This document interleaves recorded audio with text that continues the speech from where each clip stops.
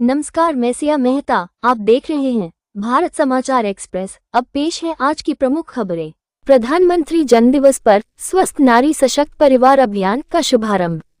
माननीय प्रधानमंत्री जी के 75वें जन्म दिवस के अवसर पर चलाए जा रहे स्वस्थ नारी सशक्त परिवार अभियान का शुभारंभ आज जिला पंचायत अध्यक्ष डॉक्टर घनश्याम अनुरागी, एमएलसी रमा निरंजन, सदर विधायक गौरीशंकर वर्मा, माधोगढ़ विधायक मूलचंद निरंजन, विधायक काल्पी विनोद चतुर्वेदी, जिलाधिकारी राजेश कुमार पांडेय, पुलिस अधीक्षक डॉक्टर दुर्गेश कुमार, जल शक्ति मंत्री के प्रतिनिधि अरविंद चौहान, भारतीय जनता पार्टी की जिलाध्यक्षा उर्विजा दीक्षित ने जिला चिकित्सालय उरई में फीता काटकर किया गया। कार्यक्रम को संबोधित करते हुए जनप्रतिनिधियों ने कहा कि प्रधानमंत्री ने देश व प्रदेश में स्वास्थ्य सेवाओं को जन जन तक पहुंचाने का बीड़ा उठाया है। उनके जन्मदिवस को सेवा पखवाड़ा के रूप में मनाना वास्तव में समाज के गरीब, कमजोर और जरूरतमंद वर्गों को स्वास्थ्य सुविधाएं उपलब्ध कराने का अभिनव प्रयास है। इस अभियान के अंतर्गत जिला चिकित्सालयों, मेडिकल कॉलेजों, सामुदायिक स्वास्थ्य केंद्रों, प्राथमिक स्वास्थ्य केंद्रों और आयुष्मान आरोग्य मंडलों में विशेष स्वास्थ्य शिविर और रक्तदान शिविर आयोजित किए जा रहे हैं। मुख्य चिकित्साधिकारी डॉक्टर नरेंद्र देव शर्मा ने बताया कि अभियान के अंतर्गत जनपद के सभी 140 आयुष्मान आरोग्य मंडलों पर जांच एवं जनजागरूकता शिविर आयोजित किए जा रहे हैं। इन शिविरों में सामुदायिक स्वास्थ्य अधिकारी, एएनएम, आशा बहुएं तथा चिकित्सा अधिकारी मरीजों की जांच और उपचार करेंगे। प्राथमिक स्वास्थ्य केंद्रों पर चिकित्सक व नर्स नियमित स्वास्थ्य सेवाएं प्रदान करेंगे।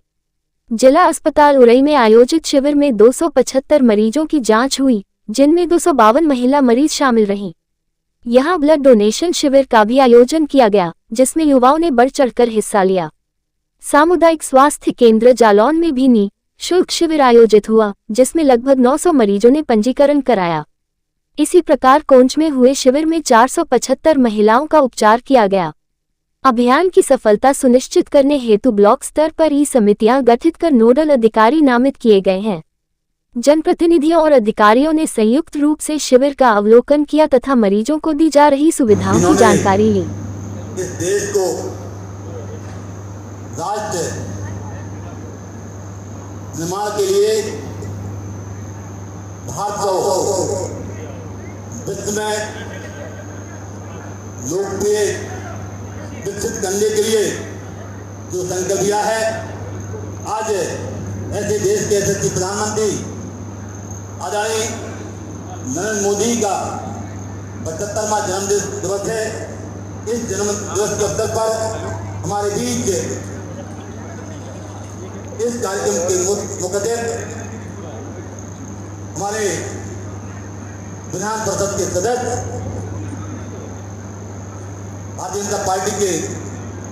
पूर्व जिलाध्यक्ष आदरणीय श्री अविनाश सिंह चौहान जी इस कार्यक्रम में मुख्य अतिथि हैं। सभी तीनों सम्मानित महामंत्रीगण, मातृशक्ति के रूप में उपस्थित हमारी आदरणीय बहन जिले की मंत्री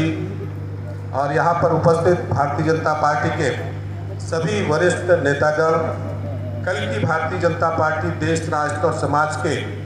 नेतृत्वकर्ता के रूप में उपस्थित भारतीय जनता युवा मोर्चा के सभी मेरे सम्मानित युवा साथियों, पत्रकार बंधु, और आज इस कार्यक्रम को दिव्यता और भव्यता प्रदान करने में जो महत्वपूर्ण भूमिका का निर्वहन किया, ऐसे इस जनपद के सम्मानित सीएमओ, सीएमएस सहित उनकी पूरी टीम को मैं भारतीय जनता पार्टी परिवार की ओर से उनका भी हृदय से अभिनंदन करता हूँ। साथियों, अभी हमारे पूर्व के वक्ताओं ने जिस तरीके से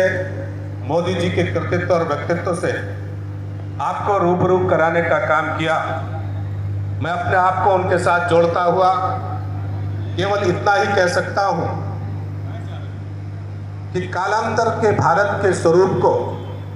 हमने इतिहास और अतीत के पन्नों में जाकर के जब पढ़ा तो ध्यान में आया कि भारत का अतीत इतना गौरवशाली था कि हम दुनिया का नेतृत्व करने वाले विश्व गुरु के स्थान पर स्थापित भारत थे। भारत धन धान से परिपूर्ण था और दुनिया तब भारत को सोने की चिड़िया कहकर पुकारती थी। भारत अतिथि देवो भव की परंपरा का निर्वहन करने वाला, संपन्नता का द्योतक भारत था। तब दुनिया कहती थी कि भारत के अंदर दूध और दही की नदियां बहती हैं। लेकिन साथियों, कालांतर में कुछ गलतियों के चलते विश्व गुरु के स्थान पर स्थापित भारत, जिसके अंदर सामर्थ्य की कोई कमी नहीं थी, शौर्य की कोई कमी नहीं थी, मेधा की कोई कमी नहीं थी, उन्मुक्त कराने के लिए अपने प्राणों का सर्वस्व न्यौछावर इस भाव और भावना के साथ किया कि जब देश स्वतंत्र होगा तो हम भारत के खोए हुए मान सम्मान और स्वाभिमान को पुनर्स्थापित कर सकेंगे। लेकिन मित्रों, आज़ादी की इस लड़ाई में जहां एक और मां भारती को दासता की जंजीरों से उन्मुक्त कराने के लिए उन्माद से ओतप्रोत देशवासियों ने शहादत देने का काम किया, वहीं आज़ादी की इस लड़ाई में सत्ता के भूखे भेड़िए घात लगा करके बैठे थे कि जब देश में सरकार बनेगी तो हमें सत्ता का सुख भोगना है। और आपने देखा कि 15 अगस्त 1947 के बाद जब देश को छद्म में आज़ादी मिलती है और देश के अंदर पहली सरकार बनती है, पहली सरकार के बनते ही भारत की राजनीतिक आबो हवा में जिस तरीके से तुष्टिकरण हो, परिवारवाद हो, जातिवाद हो, विवाद हो, भाषावाद हो और धर्म और संप्रदाय की ऊंची ऊंची दीवारों को खड़ा करने का कुत्सित प्रयास भारत की राजनीति में करने का काम अगर किसी ने किया तो इस देश की तत्कालीन कांग्रेस पार्टी की सरकार ने किया है। मेरे मित्रों, अगर कांग्रेस के इतिहास को उठा करके देखेंगे, तुलना करेंगे भारतीय जनता पार्टी और कांग्रेस पार्टी की संगठन और सरकार से लेकर के, तो आप देखेंगे कि भारत तब जब लुटा पिटा बदहाल भारत था, तब भारत के पहले प्रधानमंत्री के कपड़े पेरिस में धुलने जाते थे। लेकिन मेरे मित्रों, जब इस देश की सेवा के संकल्प के साथ 2014 आते आते अटक से कटक तक और कश्मीर से कन्याकुमारी तक सब भारतवासियों ने इस बात का संकल्प लिया कि अगर देश को बचाना है तो भारतीय जनता पार्टी और नरेंद्र मोदी को बिठाना होगा। और आज हमने देखा कि जब देश के प्रधान सेवक आज 75वें जन्मदिन को मना रहे हैं तो उन्होंने किसी शाही कार्यक्रम का आयोजन नहीं किया।